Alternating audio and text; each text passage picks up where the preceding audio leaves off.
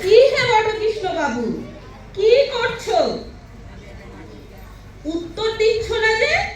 তোমার নাম বটকৃষ্ণ নয়? না, অবশ্যই বটকৃষ্ণ। যদি হয়, আচ্ছা তোমার নাম কি বলো? কিচ্ছু জানো না। বনমালীও যা, বটকৃষ্ণ তাই, একই। বনমালীর মানে জানো? না, বটকৃষ্ণের মানে বনমালী। আচ্ছা, বাবা তোমাকে কখনো আদর করেও ডাকে না বটকৃষ্ণ? না। ছি ছি, আমার বাবা আমাকে বলে বটকৃষ্ণ, মেধোর বাবা মেধোকে বলে বটকৃষ্ণ। তোমার বাবা তোমাকে কিছু বলে না? ছি ছি। বাবা আমাকে বলে ভূতু।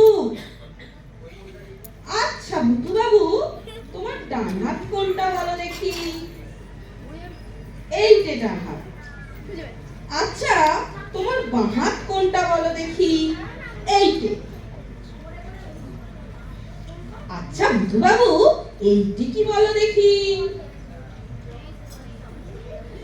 এত বড় ছেলে হলে এইটি কি জানিস নে? এটা সন্দেশ, এটা খেতে হয়। ছি ছি ভূতু বাবু, তোমার জ্ঞান কবে হবে বলো দেখি? এইটে জানো না যে পেটে খেলে পিঠে সব।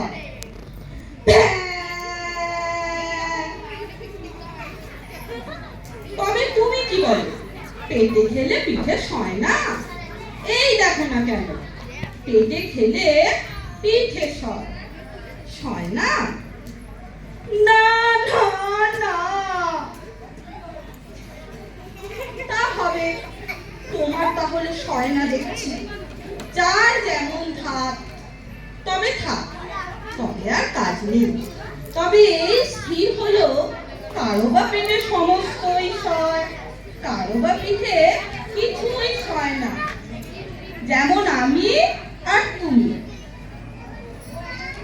কি রে ভূতু, কাঁদছিস কেন?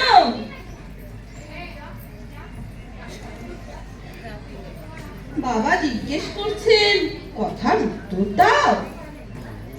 আমাকে মেরেছে।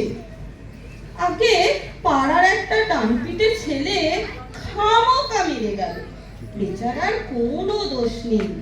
সন্দেশগুলি খেয়ে ভূতু বাবু খামোকাকে মেরে ওর ঠোঙাটা কেড়ে নেওয়া কেন বাবু?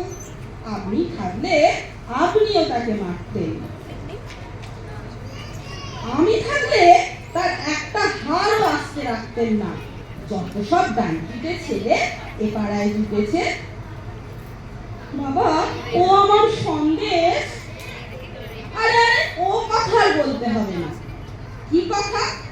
আজকে কিছুই নয়, আমি ভূতু বাবুকে আনা দুয়েকের সন্দেশ কিনে খাইয়েছি।